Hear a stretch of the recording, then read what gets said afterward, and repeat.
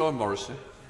Mr. Speaker, in light of the Darren Grimes case, where it seems it's now permissible for a man to be subject to police investigation for simply asking a question, or welcome to life itself, would my right honourable friend agree with me that we are endangering free press by allowing and endorsing censorship disguised in the sugarcoating of social justice? Mr. Speaker, the police are obviously operationally independent, so I wouldn't want to speak about a particular case. But I would say this, that freedom of speech is one of the pillars of our Constitution. Without freedom of speech, you find that democracy fails because you have no ability to question what people are doing and what people are saying. And we know that over the centuries, regimes that attack freedom of speech often do so through legal means. We used to have criminal libel in this country, which was used in the 18th century to silence people who said disobliging things about the government. We do not want to be in the situation where the laws are used to stop freedom of speech. Freedom of speech is valuable whether it is responsible speech or irresponsible speech, as long as it doesn't incite hatred or violence. That is the key, and freedom of speech must be protected by this House. Alex Davies-Jones. Mr. Speaker, and with bonfire night on the horizon, I know people across the country will be preparing to celebrate in ways that will likely differ to celebrations in years gone by. With planned public displays across the country and in my own constituency cancelled left, right and centre, I know more and more people are likely to want to celebrate at home. Yet we must remember how dangerous using fireworks can be to both from a health and safety point of view, but also to environment, with animals suffering from distress, as long with those suffering from PTSD and with mental health conditions. So with this in mind, will the Leader of the House please commit to a debate on government time to discuss greater regulations in terms of fireworks sales? No, I'm sorry, I won't, Mr. Speaker. I think the regulation's about right and fireworks are fun. We now come to Christine Jardine, 38 withdrawn. Thank you very much, Mr. Speaker. As a Liberal Democrat, who's also coincidentally a motorist, it has come to none of us could possibly miss the fact that today is the 15th of October, the deadline imposed by the Prime Minister for negotiations with the European Union. And as recently as last week, one of the UK Brexit negotiators, Lord David Frost, stood by the Prime Minister's statement that the UK could walk away from negotiations if an agreement wasn't reached by today. All we have in this place are rumours about micro deals and speculation. Can the Leader please explain why we have not had a ministerial statement and when we can expect one? Thank you, Mr. Speaker. When the Honourable Lady said we must remember it's the 15th of October, I had a nasty moment because it is, of course, my wife's birthday. But fortunately, I hadn't forgotten, which would have left me in a good deal of trouble if I had. But her question is a very important one, and it is important that this House is updated in reasonable time about what the situation is. Currently, there is nothing to update, otherwise the House would be updated. 40 is withdrawn, so in order to allow the safe exit of honourable members participating in this item of business and the safe arrival of those participating in the next, I'm suspending the House for 3 minutes. Order.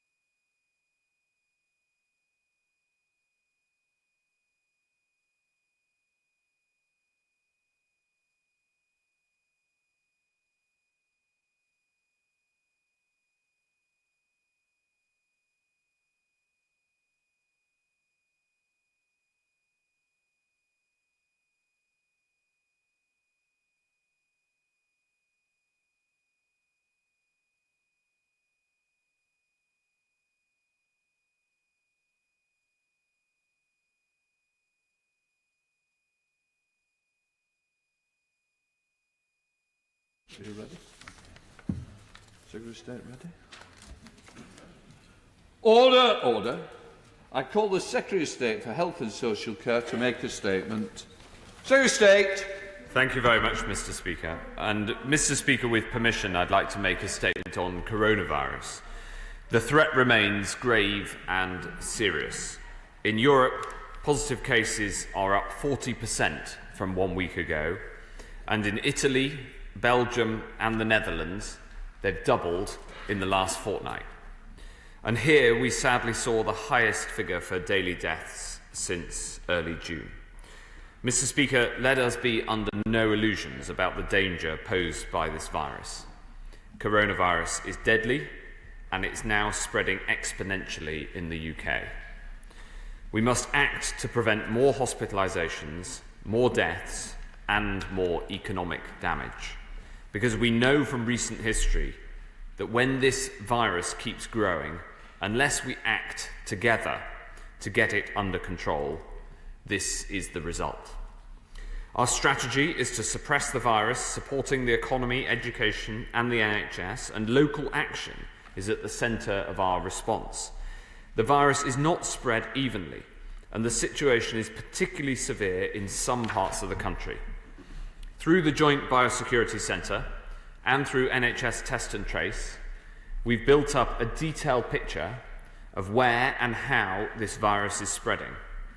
This week's NHS Test and Trace statistics show that testing capacity is up, testing turnaround times are down, and the distance travelled for tests is down too.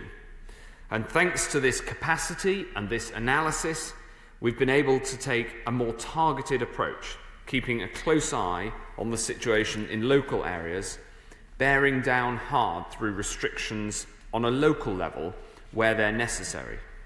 Now, I know that these restrictions are difficult for people. I hate the fact that we have to bring them in, but it is essential that we do bring them in, both to keep people safe and to prevent greater economic damage in the future. And when a virus is moving fast, we cannot stay still. If we act collectively, we know we can control the virus because we have done it before. I believe in the people of this country.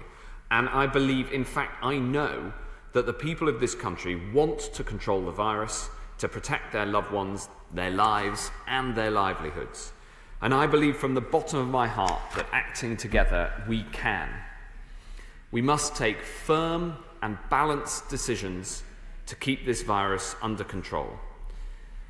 This is the only way to protect lives and livelihoods. And we must act now. Delayed action means more deaths from COVID, it means more non-COVID deaths, and it means more economic pain later, because the virus comes down slower than it goes up. So we should stop it going up in the first place. And unless we suppress the virus, we cannot return to the economy we've had. Unless we suppress the virus, we cannot keep non-COVID NHS services going. And unless we suppress the virus, we cannot keep the elderly and the vulnerable safe and secure. Now, Mr. Speaker, I didn't come into politics to put restrictions on people's lives, and I want people to have as much freedom as possible, subject to not harming others. But the nature of this virus means that any one of us can inadvertently pass it on without even knowing. That is the liberal case for action. And I believe that the British people get that. But I want that action to be as targeted as feasibly possible. Local action is one of the best weapons we have. And, Mr. Speaker, we have seen how local action can flatten the curve, for example, in Leicester and Bolton. This is the principle that sits behind our new, simpler system of local COVID alert levels. I'm pleased that the House approved these measures earlier this week. Yesterday, I chaired a meeting of the Local Action Committee Gold Command. This brings together the best data, the best clinical and public health expertise to look at how the virus is spreading. Turning first to parts of the country where prevalence of the virus is highest. Discussions are ongoing with local leaders on moving from high to very high. These are areas where transmission rates are rising at the sharpest rate and where we see a very real risk to the local NHS. The Liverpool City region moved into the very high level yesterday, and I want to thank the local leadership for their public service and cross-party teamwork in the face of this virus. We've developed a substantial package of support for areas that enter this third tier, and this includes more support for local test and trace, more funding for local enforcement and the job support scheme, of course, alongside the offer of help from the armed services. And in other areas currently in the second tier, where discussions are ongoing, no further decisions have yet been made, but we need to make rapid progress. Mr. Speaker, turning to other areas of the country currently in the medium level, where rates are rising fast. First, in London, infection rates are on a steep upward path, with the number of cases doubling every 10 days. The 7-day average case rate stands today at 97, rising sharply. We know from the first peak that the infection can spread fast and put huge pressures on the NHS, so we must act now to prevent the need for tougher measures later on. So working closely with the Mayor, with cross-party council leadership, with local public health officials and the national team, we've together agreed that London needs to move to local COVID alert level high. I want to take a moment to thank all those involved for their exemplary hard work, the collegiate nature of decision-making, the collaborative approach, and the constructive work, all focused on the public health and economic well-being of our citizens. And to Londoners, and to all who work in our great capital, I want to say thank you for what you've done to suppress the virus once. We now all need to play our part in getting the virus under control once again.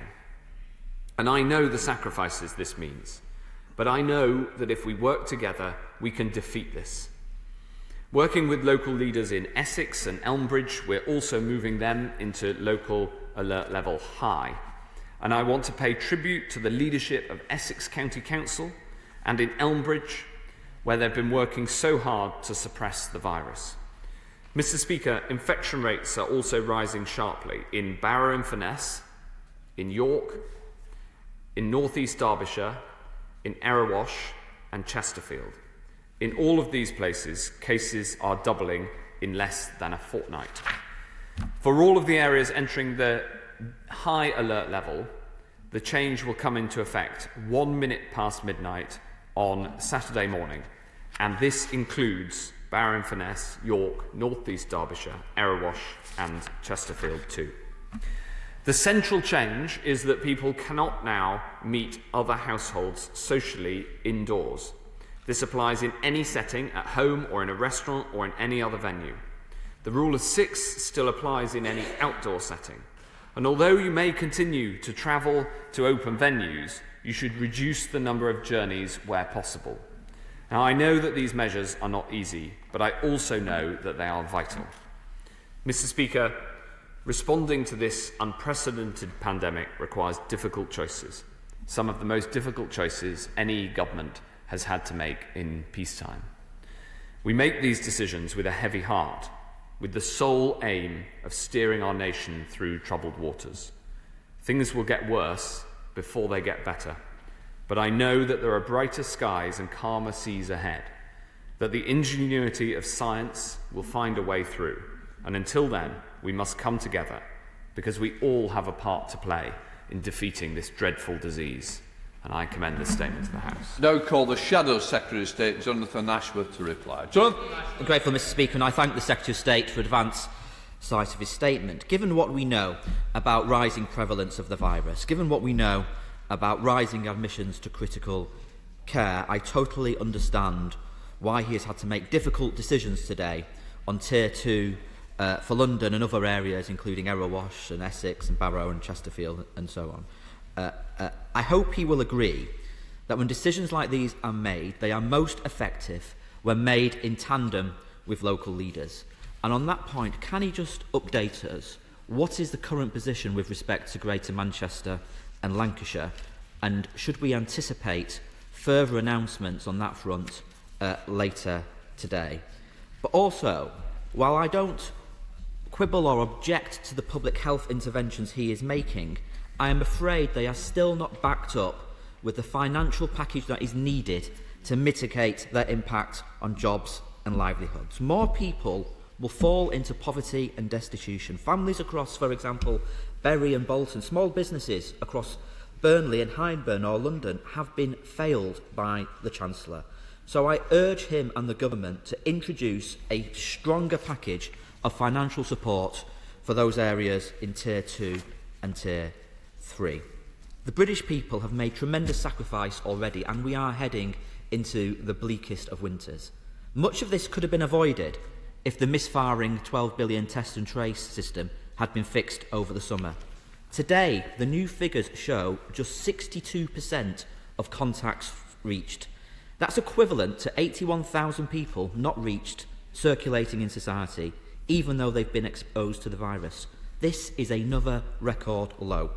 And yesterday we learnt that consultants working on test and trace are being paid over £6,000 a day to run this failing service. In a single week, the government is paying these senior consultants more than they pay an experienced nurse in a year. So can the Secretary of State explain why such huge sums of money are being paid to consultants to run a service that is only getting worse? Now, the Prime Minister yesterday said these new restrictions that he's bringing in will bring the R below 1. But while the virus growth is accelerated in northern regions, the embers are burning bright nationwide. And let me repeat to the House, and the Tory party staff are welcome to clip me again for Twitter. It'll save my staff the trouble. A full national lockdown, stretching for weeks and weeks and weeks, like we had throughout April, May and June, would be disastrous for society. But we are urging him to adopt a short, time-limited 2 to 3 week circuit break, to take back control of the virus, to reboot and fix test and trace, to protect the NHS, to save lives. SAGE has recommended a circuit break.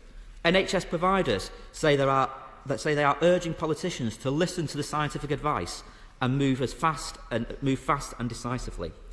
The SPI-M subgroup of SAGE says a circuit break of 2 weeks will save almost 8,000 lives.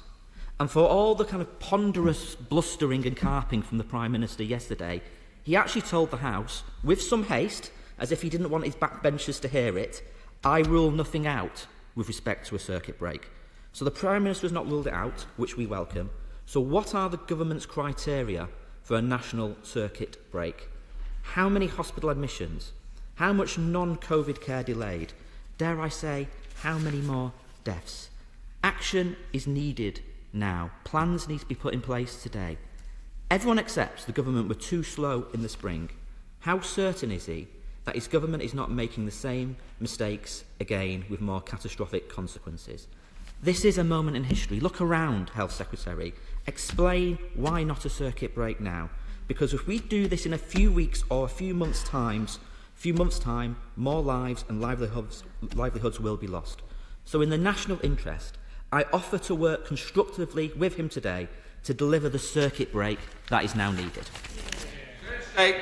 Thank you very much, Mr. Speaker. Well, as I said in my statement, the discussions with local leaders in other parts of the country, in Greater Manchester, in Lancashire and elsewhere are continuing. And I don't want to preempt those discussions.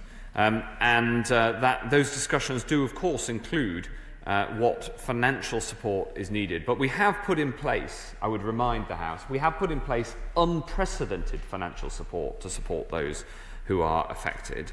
He mentions test and trace. The figures this morning, in fact, show that there have been a record high number of people who've been contacted by NHS test and trace, reaching more people, testing more people faster than at any other point.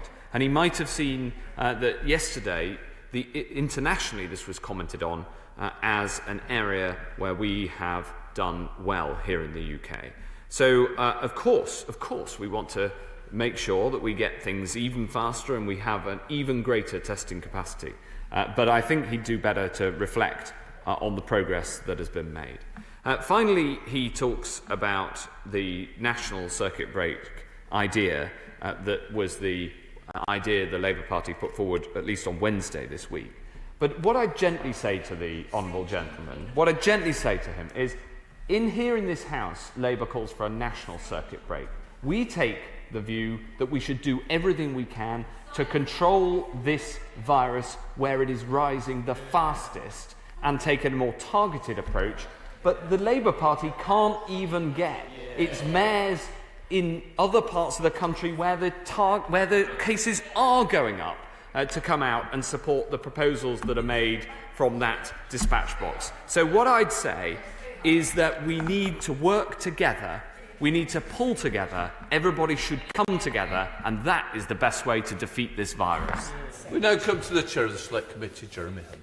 Thank you, Mr. Speaker. I support today's measures, but isn't the biggest issue we face as a country now uncertainty? Uncertainty about our health and uncertainty about the future of the economy. Given my right honourable friend's tremendous success in expanding our testing capacity, is not now the time to announce a date, whether it is February, March, April of next year, by when every single person in the population will be tested every week, so that by then, irrespective of progress on a vaccine, irrespective of the success of local lockdowns, irrespective of other uncertainties, we have a date by when we know we will get the virus under control and we know we have some prospect of returning to normality? Well, Mr. Speaker, my right honourable friend and I share a passion for an expansion of testing capacity in this country, and he has long tried to persuade me to set yet more goals for the expansion of testing capacity. I'm very glad to say we've hit every single one that we've put in place, whether it was the 100,000 in the spring, and we're on track to meet the 500,000 by the end of this month. After that, I very much hope we can continue to expand testing capacity, and I'll look at the idea that he proposes very carefully. Heading up to Scotland with the SNP spokesperson, Dr Philippa Whitford. Dr Whitford. Thank you very much, Mr. Speaker. I recognise the need for this action, but it's critical that those called on to isolate, whether as individuals or through a lockdown, receive the financial support to do so. Avoiding the social and economic impact of repeated local lockdowns depends on driving down community transmission through testing and tracing every single case, and finding and isolating their contacts in the short window before they too become infectious. Tracing systems based on local public health teams, such as in Scotland, Wales, and now in some parts of England, have all outperformed the centralised Serco system, which has barely reached 3/4 of cases and well under 2/3 of contacts. I welcome that local public health teams will now be directly involved in contact tracing in areas of high COVID spread. But will the Secretary of State now have them lead contact tracing in all areas across England to help get the test, trace and isolate system working effectively? And will he ensure that appropriate financial resources are moved to local authorities to fund this? Unfortunately, the hospitality industry is being hit particularly hard, both by the virus itself and the restrictions to control it. As we now know, COVID is spread by airborne particles as well as droplets, and it has become clear that ventilation is key to reducing viral spread indoors. So will the Secretary of State ask the Chancellor to promote the installation of filtered ventilation units by removing VAT and making them tax deductible? That way the government could help the hospitality industry make their premises more COVID secure, rather than having to repeatedly shut them down every time cases surge. Secretary of State. Thank you very much, Mr. Speaker. Well, the Honourable Lady talks about the testing system, and indeed the UK-wide testing system is an example of this whole country working together to keep people safe. The UK system provides the majority of tests into Scotland and works very closely with the NHS in Scotland, who also, of course, provide important testing capacity. That is an example of the local system in Scotland and the UK system nationwide working together for the people of Scotland.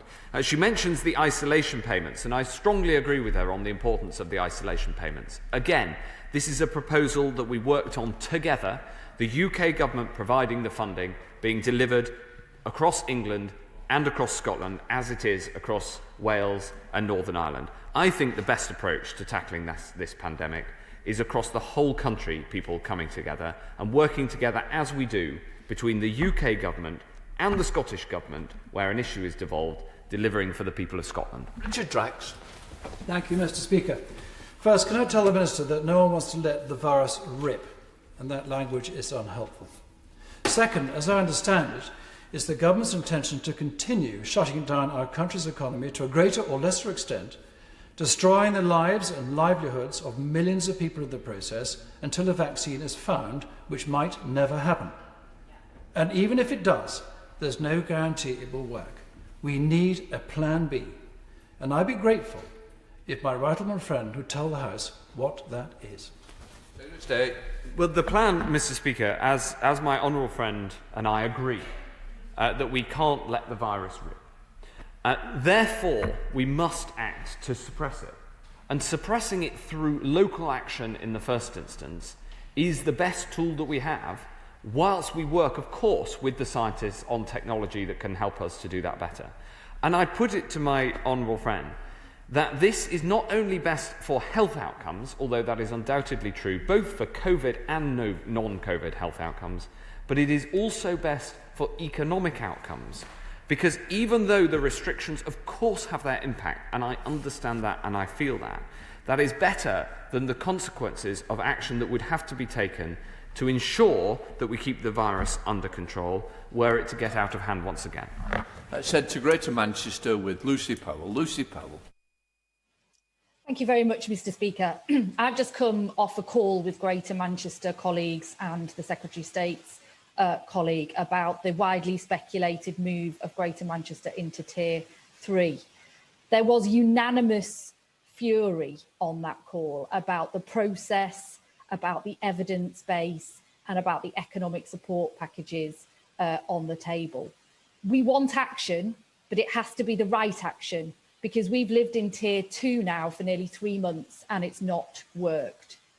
The Chief Medical Officer says that measures in Tier 3 will not make a material difference to the infection rate, yet they will cause widespread economic damage to our region, costing thousands of jobs, tens of thousands of jobs and thousands of businesses. It's not good enough that conversations, meaningful conversations, only began this morning. So will he now ensure that those meaningful conversations come to a conclusion so that we can get infection rates down while protecting livelihoods and businesses? Secretary of State. Thank you very much. Well, I would urge the Honourable Lady to work together for the best outcome of the people of Greater Manchester.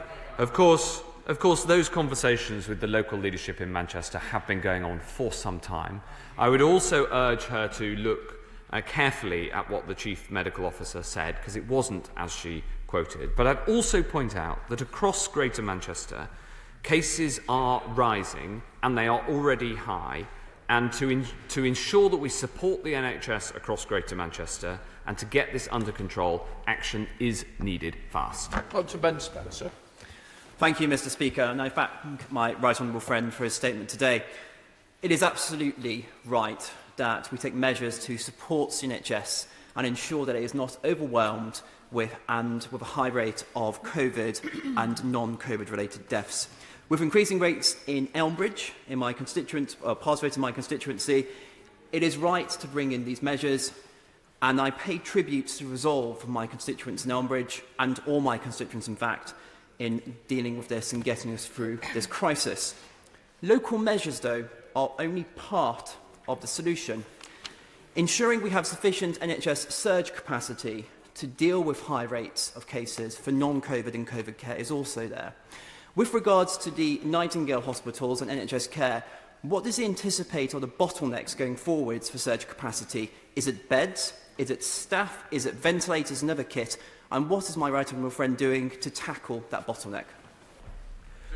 Thank you very much, Mr. Speaker, and I welcome my honourable friend's thoughtful approach to the action that is needed in Elmbridge. Of course, Elmbridge's connection to Greater London is very intense, and the travel to work patterns mean that a huge amount of people who live in his constituency like him work in the centre of London, and his council have worked closely with the national team to make this decision. The expansion of NHS capacity is, of course, critical, as is controlling the virus, both of them. In London, we have not yet had to stand up the NHS Nightingale again, which is at the Excel Centre. We stand ready to do so if necessary. We now have a huge quantity of ventilators. We have the Nightingales for bed capacity. We have brought more people back into the NHS over the last 6 months, and we have people on standby, retired NHS staff. And of course, it's the combination of the three: the kit, the physical space, and the staff that you need to expand capacity. Unlike, for instance, in Manchester, where we are having to stand up the Nightingale Hospital again already, we're not yet at a point where we need to do that in London. And I really hope that pulling together and following the level 2 rules, that the people of London and Elbridge can avoid that in the future. Dr. Lisa Cameron. Many thanks, Mr. Speaker. Many staff have put themselves on the front line to protect the most vulnerable, but have tragically lost their lives, leaving their families absolutely devastated. Alongside support, appropriate tribute must be paid to their sacrifice. As chair of the All-Party Health Group, I've written to the Prime Minister a number of months ago asking for a memorial to be commissioned in their honour, but as yet I've heard nothing back. So will the Secretary of State support bereaved families who have given their all, and at this time take this issue forward across government? Yes, of course. We've done a huge amount to support bereaved families, and it's an issue very close to my heart, as she'll imagine. So I'd be very happy to talk to her about how we can take this forward. Julie Marston. Thank you, Mr. Speaker. My right honourable friend will, I'm sure, be aware that the World Health Organization has recently praised Hertfordshire health authorities for measuring the pulse and the feelings of our community through an online platform, and they've adjusted service provision accordingly. Would my right honourable friend agree that good local data could enable a district approach rather than a county-wide approach in Hertfordshire in the event that tier levels do have to be reassessed?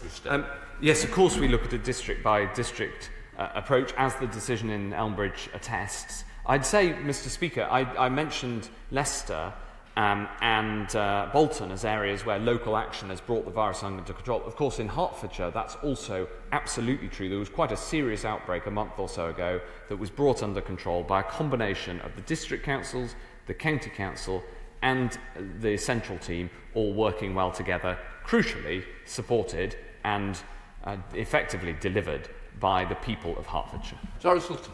Thank you, Mr. Speaker. In March, the government was advised by the SAGE Committee to lock down. The government delayed this by a week, and senior scientists estimate that the delay cost tens of thousands of lives. I fear that the same mistakes are being made again. 3 weeks ago, SAGE advised a circuit breaker lockdown. In Coventry, we've seen cases rise rapidly, with more than 100 new cases in 24 hours. So before it's too late and there are tens of thousands of more avoidable deaths, I urge the Secretary of State to impose a circuit breaker lockdown and bring in the economic support that will get us through this crisis. Thank you very much, Mr. Speaker. That isn't an accurate description of history, but it is a reasonable... but if that's how she feels about Coventry, I would say to her that we're working with the leadership of Coventry City Council, and if she were to talk to them as well, then I'd be very happy to ensure that she's part of that conversation. Sarah Dines. Thank you, Mr. Speaker. I've been contacted by a Derbyshire Dales constituent, Sarah Peake, whose grandfather sadly was taken into a care home. Now, in May this year, he's been married nearly 70 years. Sadly, because of COVID, he can't see his wife, with whom he's lived for 70 years, and his family also. Can my right honourable friend please update the House as to what's been done in relation to rapid testing to stop the scourge of loneliness in our care homes? Yes, I was working on this issue of how we can safely allow visiting, especially of people who've been married for 70 years, which is an extraordinary achievement in and of itself, to allow visiting in a way that is safe, according to the risk level of the background rate of infection. Of course, testing can be part of the solution, as can be the use of PPE properly. We have more nuanced rules in place now than there were during the first peak, and I'd be very happy to work with my honourable friend to try to make sure that we get this get this right. Richard Bass. Thank you, Mr. Speaker. I welcome the Secretary of State's greater attention on York announced today, but I am concerned that while in Tier 1, there are areas of the country in Tier 3 with a lower infection rate. And certainly, I do not believe the measures in Tier 2 are going to be sufficient to stop the spread of the virus in our city, which, as he will know, is rising incredibly sharply, and in the older population as well. York experiences real challenges every single winter because of the capacity issues at our hospital, and without taking more acute action now, I'm concerned we're going to be in serious difficulty in just a few weeks' time. Well, Mr. Speaker, we are expanding capacity at the hospital in York. And of course, in York, there are two overlapping epidemics, one amongst students and one amongst the general population. As she says, though, this is increasing in spread in the older population, who are, of course, the most at risk from COVID. The number of cases increased by 60% in York over the last week. So I welcome her support for the measures that we're taking, and of course I'm very happy to continue to talk to her about what more may be needed, because this is best done on a cross-party, cross-community basis. And my message to everybody in York, a city I know and love, is that it is so important that all of us abide by these rules, reduce social contact, and that way we can start to get the increase in the number of cases in York coming down. Let's head to Suffolk with Dr Dan Poulter. Dr Dan Poulter. Thank you, Mr. Speaker. And may I draw the House's attention to my declaration of members' interests as a practising NHS doctor who's been practising on the front line during the pandemic. The Secretary of State is right to introduce these measures today, and he's right to see a full national lockdown as a very last resort. But can I bring him back to the issue of testing? Now, there's been tremendous strides made in expanding national testing capacity to many hundreds of thousands a day from a standing start. But there are still specific challenges faced by a number of hospitals in terms of getting NHS staff tested. And I'm aware of some hospitals that are only being offered 15 tests a day for their staff. Would you please be able to look into this matter urgently, because it's vitally important that the NHS has the staff available to treat the patients, particularly given the second wave that we're now facing? Absolutely, we're making very significant progress in this area. He'll have seen the announcement by the NHS on Monday that in Tier 3 areas we're expanding the asymptomatic testing of members of NHS staff. We're also expanding the capacity for COVID tests within the NHS itself. He's absolutely right to raise it, and we're making a lot of progress. Heading up to Greater Manchester again with Barbara Keeley. Barbara Keeley. Thank you, Mr. Speaker. We know that case rates are rising in Greater Manchester, but as the Chief Medical Officer has made clear, imposing new restrictions on its own will not be enough to turn this situation around. Instead, we need people to be supported to do the right thing, and we need to use appropriate enforcement powers where they don't.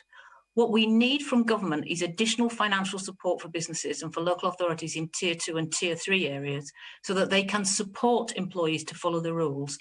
And we need to expand the staffing and resources of our excellent local contact tracing services rather than continuing to pump billions into a national system which is less and less effective at contact tracing.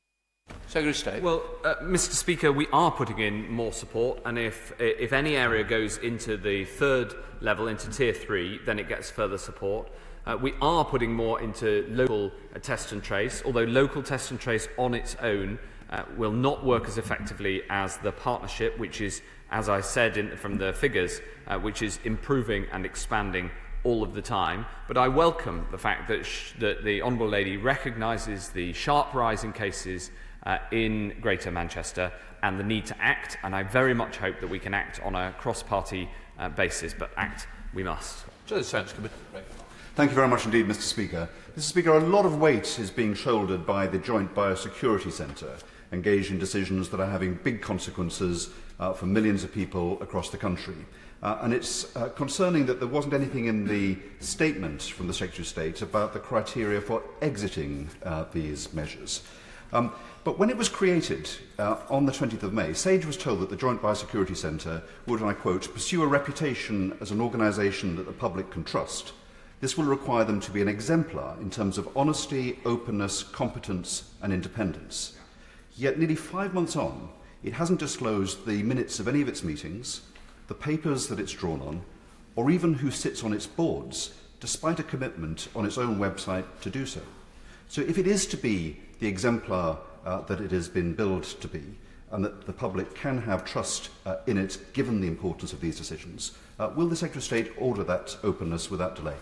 Secretary of State. Well, yes, Mr. Speaker. In fact, very shortly, the Joint Biosecurity Centre will be making further of its analysis public. It works within the department. Its officials are civil servants, and so therefore it is different to SAGE in that way, which SAGE is made up of independently employed scientists. But nevertheless, my right honourable friend makes an important point on which we are acting. Thank you, Mr. Speaker.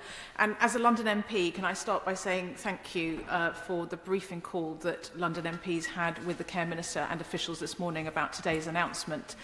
There were, however, a number of questions that remain unaddressed both in that call and in today's statement. Namely, could the Secretary of State advise the House what the evidence is behind the measures he's implementing in London, what modelling has been done on their impact, and how long he expects these restrictions to last? We are seeking to publish further evidence on the impact of measures. For instance, I've mentioned often Leicester and Bolton. In Bolton, where the curve was flattened, in Leicester we brought it down with a much more strict intervention than one we're proposing in London. We are proposing to publish further information on the analysis of the impact of measures like these. The fundamental science is really simple, which is that the more people congregate, the more the virus is passed from one to another, and that's why the restriction of social activity between households indoors is an important part of restricting the spread of the virus. All those areas in level 2 are reviewed fortnightly, and of course, if we can bring any area, especially including London, out of level 2 faster, then that's even better. And I'm working with the cross-party London councils and the mayor on setting out more details of the way that London can exit these measures and get down to level 1. Now, of course, ultimately, Mr. Speaker, and as soon as possible, we all want to get to level 0, which is normal life. Let's head to the southwest with Anne-Marie Morris. Anne-Marie. Thank you, Mr. Speaker. Could the Secretary of State please explain what formal and detailed assessment his department has made of the long-term health cost a second blanket long lockdown would have on the physical and mental, not just COVID-related health of the population, and whether he believes that it's an acceptable trade-off? Secretary of State. Mr. Speaker, I've looked into this in great detail, as she'll imagine, and my honourable friend is experienced in these areas, and the result of what I've looked at is that there is no trade-off. If COVID gets out of hand, then that increases the non-COVID ill health and non-COVID deaths too. And when it comes to mental health, I was talking only yesterday to the Royal College of Psychiatrists, who are clear that a second peak getting out of hand is bad for mental health, not least because of the mental health impacts of long COVID, of people who survive COVID, but for whom the condition lasts for months and months, which is an issue very, very close to my heart. So there has been this proposition put forward that there is some trade-off between COVID health and non-COVID health. Having looked into it in great detail, it is false. The best way to improve the non-COVID health of the nation is to ensure that COVID stays under control. Tammy. Thank you, Mr. Speaker. During a coronavirus briefing for members on Monday, the Deputy Chief Medical Officer, Jonathan Van Tam, said of the pandemic, it is very easy to lose control and harder still to regain it. So only yesterday, the Department of Health released figures which stated that 19,724 people are tested positive for the virus. With positive cases and hospital admissions increasing across the country, death rates are sadly rising, and with the admission of his own scientific advisors that there is many more to come, does the Secretary of State believe that more can be done to gain back control and stop the spread of this deadly disease? And does he believe the proper financial support is in place for people in need in these high and very high-risk areas? Yes, I do think more action is needed, and that's why we're taking it today. Dr. Caroline Johnson. Thank you, Mr. Speaker. Mr. Speaker, the Prime Minister has been very clear in the risks of obesity of those who get coronavirus, and that people who are obese have a more severe disease course than those who are slimmer. But in Tier 3 areas, many gyms are being closed and many sporting activities are being restricted. So what is the Department of Health doing? What is the Secretary of State doing to ensure that we can encourage activity in people who are in those areas? Perhaps a workout to help out scheme with free online activities targeted to each age group and each physical ability. Mr. Speaker, I love the idea of work out to help out. It is undoubtedly true from the science that I've seen that obesity contributes to a worse impact on you if you catch coronavirus. It's something the Prime Minister has spoken about with great passion, and it's something that we want to tackle. So I'll absolutely look into that idea. But I'd also say that we've changed the proposals both for people who are shielding and even in the highest risk, very high Tier 3 areas, to always be clear that outdoor exercise is a good thing. Ahmed Justin. Thank you very much, Mr. Speaker. My constituents are being denied routine blood tests because the Swiss company Roche that supplies the labs in Bedford is having supply chain issues. If one company with one supply chain problem can cause a national shortages of medical components vital to patient care for at least 3 weeks, is the Secretary of State as concerned as I am for the disruption to medical supply chains during a pandemic when we leave the EU in just over 2 months?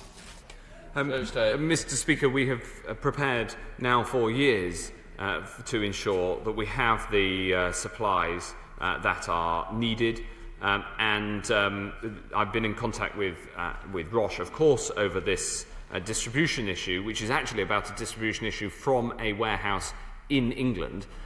These distribution issues do happen from time to time in very large organisations like the NHS, and we're working closely with Roche, and I thank them for all their efforts in solving this technical problem. Tim Walton. Thank you, Mr. Speaker. I agree with the local approach my right honourable friend is taking, and he has a judgment based on balancing what the science is telling him, what the economy is telling him, and the sustainability by public consent. But I'm concerned about care homes, Mr. Speaker. My care home managers tell me that their staff are knackered. They are exhausted from covering extra shifts from other staff who are isolating and have got childcare challenges, from dealing with online GP appointments because GPs will not visit those homes, and dealing with angry relatives, particularly of EMI residents, because they can't visit them face to face. What can we do to help sustain those care home staff, and in particular to approve volunteers from that massive register we've got to help share the load? Yes, I'm very happy to take up my right honourable friend's suggestion in terms of the volunteers. I would commend to him the social care winter plan, which sets out how we balance the very difficult issues that he mentions. Kate Osborne. Thank you, Mr. Speaker. In my constituency of Jarrow, there are already schools closing due to confirmed cases of coronavirus. What conversations has he had about the routine testing in schools? And will the Secretary of State publish the science behind the decision to not introduce routine testing for teachers, and tell us why schools have only been issued with 10 testing kits each? Well, yes, we have a testing prioritisation board that takes into account the order of priorities within testing. Of course, as testing expands, it means that we'll be able to use it for more things, including in schools, and I look forward to being able to make that progress just as soon as we get this expansion even bigger. Let's board a question from Bob Blackman. Bob Blackman. Thank you, Mr. Speaker. London as a whole is going into Tier 2 as a result of the infection rate being at an average level of 97. But as my right honourable friend will be well aware, the actual levels of transmission in different London boroughs are widely different. So can he set out what criteria will now be used for London to reduce from Tier 2 to Tier 1? Will it be a case that every London borough has to come down below a given rate before that can happen? Because otherwise we're going to have a position whereby this short-term period could extend for many months. So could he set out what the criteria will be used to get us down to Tier 1? Secretary, I want the time that London is in Tier 2 to be as short as possible, and the best way we can achieve that is all pulling together and following the Level 2 rules. What I'd say is, in terms of exiting from Level 2, is that the cross-party London group set out a very clear set of criteria about the need to go up a level, including reaching 100 per 100,000 cases on average across London, which we are just about to breach. And they are now working with us on what that might look like in terms of the exit. I totally agree with him on the importance of setting that out to give people the motivation that if we all pull together and sort this out, then we'll get out of these measures and people can live their normal lives a bit more. Sent to Scotland with Marion Fellows. Marion Fellows. Thank you, Mr. Speaker. Scotland made use of a summer of lower cases to get its public health-based contact tracing system up and running, which is reaching over 90% of cases and contacts. Can the Secretary of State tell us by when the UK government hopes their Serco track and trace will reach even 70% of community contacts? Well, just like in the way that we do it in England is that the national system and the local systems work together. And so the first proportion, the majority of cases, are dealt with by the national system, and then the local systems come into action. So between them, they reach a very high proportion of the cases. And it's that teamwork that's the best way forward. Thank you, Mr. Speaker. Today there are thousands of people working in hundreds of private businesses contributing to the testing endeavour.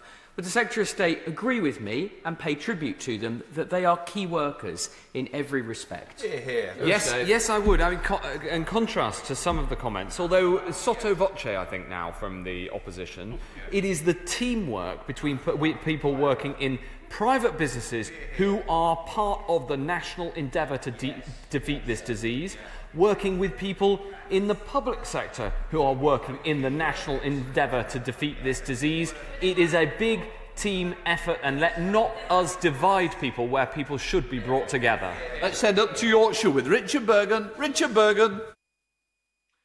Thank you, Mr. Speaker.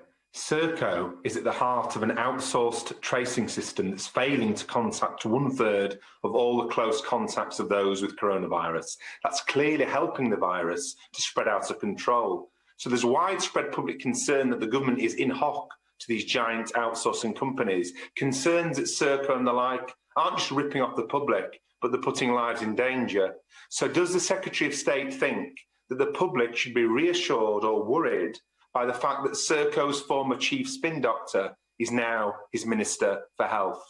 Well, Secretary of State. Mr. Speaker, I don't think he was listening to the debate. Do you? Because I just previously pointed out not only that the national system in the last week has more than doubled the number of contacts that it's reached, more than doubled, and I pay tribute to them for that, that it is the teamwork between the national and the local system that works best, and that it is the combination of the large-scale private organisations and the public sector, people working together, that is able to deliver a better service. And I'll tell you this, Mr. Speaker, there was a time in the last few days when we had requests from local systems to bring some of the contact tracing back into the national Serco system so that they could help to reach more people. And that sort of teamwork is what I look for, instead of the negative, derisory, divisive approach of the honourable gentleman up there. Thank you very much, Mr. Speaker. Would my right honourable friend care to reflect that a number of us in London regard it as neither targeted, nor proportionate, nor appropriate to use a London-wide average in so large a metropolitan area where so little commuting is now taking place? Will he reflect upon this on the future, and will he speak today to the Chancellor of the Exchequer to see what support can be given to hospitality businesses in the London suburbs who are suffering as of now as a direct consequence of his decision? Well, Mr. Speaker, what I'd say is that, of course, across London there's a huge amount of travelling to work, and although, of course, in the different boroughs the rates are different, he's absolutely right about that, and in his patch, Mr. Speaker, they are lower than the London average. Nevertheless, unfortunately, they are rising sharply, and so this action, we considered a borough-by-borough approach. But because of the integrated nature of London, and because, unfortunately, cases are rising fast across London, we decided that the best approach is for the whole of London to go into level 2 together. Heading up to Greater Manchester to Tony Lloyd. Tony Lloyd. Thank you, Mr. Speaker. And as I've got to say to the Secretary of State, as another Member of Parliament who, in his words, is up there, does he understand that people in Greater Manchester do fear that an indefinite period in Tier 3 means that we will see the pauperisation of our people, the destruction, at least in the short and medium term, of our economic capacity, with no certainty, unless he really does get test, track and trace working, not just improving, but well, that we will come out of this no better than when we go in. Mr. Speaker, by up there I meant on the screens at the top of the chamber rather than anywhere geographically. What I would say to the honourable gentleman is that the best way to avoid the outcome that he seeks to avoid is for everybody across party lines, across communities, to pull together to get the public health messages out that we need to work together to deliver for the people of Greater Manchester and all other areas of the country. Andy Carter. Thank you, Mr. Speaker, and can I thank the Secretary of State for his statement this morning, and can I say to him, as a member representing a constituency in the northwest of England, thank you to him for his continued engagement and for that of the department as well.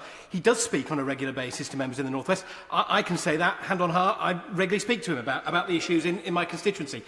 My right honourable friend will know that hospital admissions in my constituency are continuing to rise, and there is pressure on the health service there. We've moved from 40 inpatients a week ago to 80 today. Can my right honourable friend tell me what support he's giving to Warrington Hospital so that normal NHS treatment can continue in an uninterrupted fashion? Mr. Speaker, as a Cheshire boy myself, of course I talk to my honourable friend, as I do to colleagues right across the country. And Warrington is close to my heart. My grandfather used to live next to the golf course in Warrington, and the hospital there is a very, very good hospital, but it is under strain, and we're making sure that the whole region supports the hospitals that are under strain with COVID admissions, which I'm sure he would welcome, and is, of course, one of the advantages of having our great NHS. Dan Carlton. Thank you, Mr. Speaker. The whole country knows the perilous situation facing the city of Liverpool and the North West region. People are